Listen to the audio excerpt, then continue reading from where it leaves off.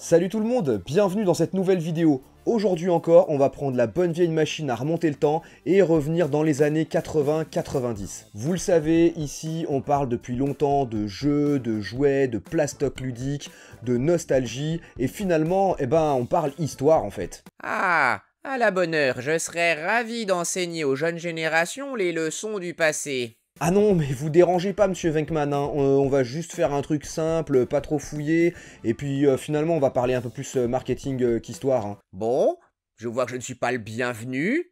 Soit, si vous préférez patauger dans votre ignorance crasse et répandre des inexactitudes historiques, ma foi c'est votre réputation qui est en jeu, pas la mienne. Et après tout, je préfère peut-être ne pas être mêlé à tout cela. Non, mais le prenez pas comme ça, monsieur Venkman. Finalement, en y réfléchissant, on aura peut-être besoin de quelques précisions, effectivement. Hein.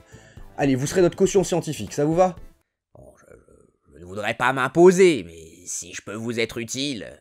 Voilà, ça, c'est réglé. Alors aujourd'hui, pour ce nouveau format de vidéo, je vous propose non pas de parler d'objets en particulier, mais plutôt de marques. Bah ouais, parce que je sais pas pour vous, mais moi, rien qu'à l'évocation de certaines marques, ça me plonge dans une profonde nostalgie. Et donc, on va parler de marques disparues, ou au moins de marques tombées dans l'oubli, et on commence aujourd'hui avec les fringues. Allez, bim, générique.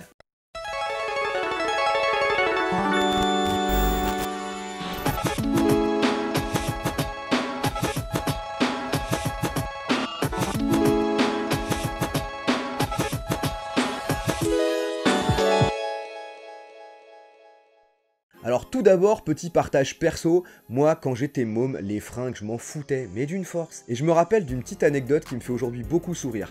Quand on me disait tu vas avoir un cadeau, la première question que je posais c'était ça va être un cadeau bien ou ça va être un cadeau utile? Alors par cadeau bien j'entendais un jouet, et par cadeau utile j'entendais très souvent des fringues. Bon, toujours est-il qu'en grandissant évidemment je m'y suis de plus en plus intéressé, et au tournant des années 80-90, il y a une marque que j'adorais par-dessus tout, la marque LC Waikiki.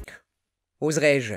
Je vous en prie, faites-vous plaisir. LC Waikiki est une marque de vêtements et d'accessoires de mode créée en 1985 par Jean-Marc Jean, Georges Amouyal, Serge Kreff et Jean-Jacques Demery. Si vous vous étiez toujours demandé ce que veulent dire les initiales LC, eh bien elles signifient les copains ou encore le chimpanzé. Cette marque a joui d'une grande notoriété en France et dans le monde, en particulier auprès des enfants et des adolescents, bien entendu, au cours des années 90. En 1991, LC Waikiki lance sa première vraie campagne publicitaire au budget colossal de 10 millions de francs, avec un clip pour la télévision et le cinéma. Mais la mode passe et la marque est rachetée en 1997 par une société turque qui la transforme et se concentre principalement sur le marché turc. Aujourd'hui, le design et la stratégie de la marque n'ont plus grand chose à voir. Alors moi, clairement, du Waikiki, à cette époque, j'en portais tout l'été, j'étais vraiment fan. Fun fact, même ma chambre était LC Waikiki. J'avais une parure de drap Waikiki, j'avais même une frise qui longeait mon papier peint à l'effigie de ce fameux singe. Le genre de truc que t'adores quand t'as 10 ans est un peu plus gênant 4 ou 5 ans plus tard. Autre truc sympa, c'est que quand t'achetais un t-shirt, souvent t'avais un porte-clés vendu avec, t'avais plusieurs modèles, et malheureusement, j'en ai jamais retrouvé aucun. Et puis un autre truc amusant dont je me souviens, c'est qu'à l'époque, il y avait déjà des sortes de bootlegs de Waikiki, des vraies imitations, mais même si on était dans le plagiat total, je pense quand même qu'il y avait des marques qui arrivaient à sortir leur épingle du jeu. C'était beau les années 80. La deuxième marque dont j'aimerais vous parler, c'est probablement ma marque de fringues préférée depuis la fin du primaire jusqu'au début du collège. Comme pour Waikiki, je me souviens surtout des modèles d'été, à croire que tous mes bons souvenirs d'enfance sont synonymes de grandes vacances. Et donc cette marque que j'adorais porter l'été, c'est la marque Poivre Blanc. Créée par Danny Sebrit, la marque Poivre Blanc voit le jour en 1984 en France et plus précisément à Marseille. Créée par une équipe de passionnés de planche à voile et de sports d'hiver notamment, sa commercialisation se fait dans un premier temps dans les surf shops du sud de la France. Bonjour! Salut, ça farte? Ça farte! Les produits Poivre Blanc accèdent rapidement à une très grande notoriété et sont même rapidement distribués à l'international, devenant une marque icône de la génération qu'on nommera alors Teenagers entre la fin des années 80 et le début des années 90. Son graphisme coloré représente des petits personnages fortement inspirés du monde de la BD, mais également quelque peu tendancieux en termes de représentations ethniques. Tombée en désuétude au milieu des années 90, la marque a complètement changé d'image depuis et est aujourd'hui spécialisée dans les vêtements de ski et de sport d'hiver en général.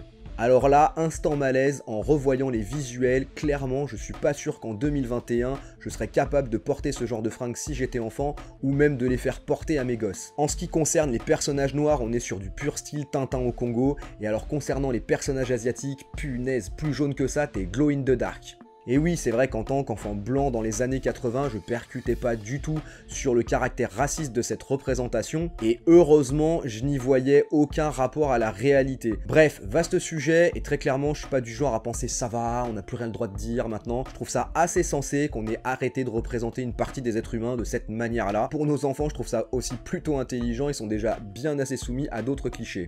En attendant, c'est vrai que j'adorais cette marque parce qu'elle était fun, elle était de bonne qualité, elle respirait les copains, l'été, les bons souvenirs de goûter à 4 heures. Et ça aussi, on en reparlera peut-être dans une autre vidéo.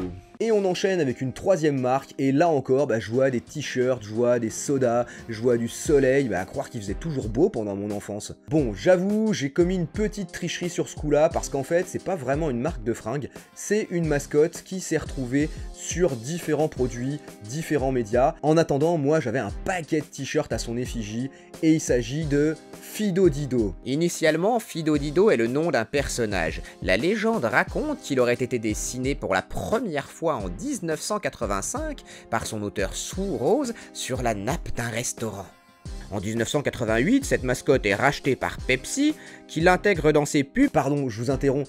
Moi, quand j'étais petit, le 7, je pensais que c'était un Z et du coup, j'appelais ça du ZUP. Je disais donc, en 1988, la mascotte est rachetée par Pepsi qui l'intègre dans les publicités de sa limonade 7up. Et à partir de là, le succès est fulgurant et Fido Dido se retrouve donc représenté sur une myriade de produits dérivés, dont des vêtements. Malheureusement pour lui, ce succès fut éphémère et il disparut à la fin des années 90, avant de réapparaître subrepticement en 2006 et de disparaître à nouveau au début des années 2010. Alors là aussi, le principal souvenir que j'ai de cette marque, ce sont les nombreuses contrefaçons qu'il y avait. Et il y en avait même une qui était tellement forte qu'il y avait une rumeur qui disait qu'en fait Fido Dido c'était la copie. Son nom, Lido Dido. Sur une échelle de 1 à 10 du plagiat, je pense qu'on est sur un bon 24.